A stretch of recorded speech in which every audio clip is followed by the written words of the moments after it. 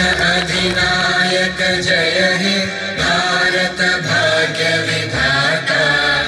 पंजाब सिंध गुजरात मराठा द्राविड उत्कल बंगा।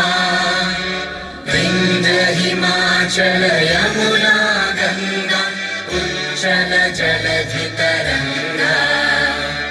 तव शुभ नामे जागे तव शुभ आशीष मांगे।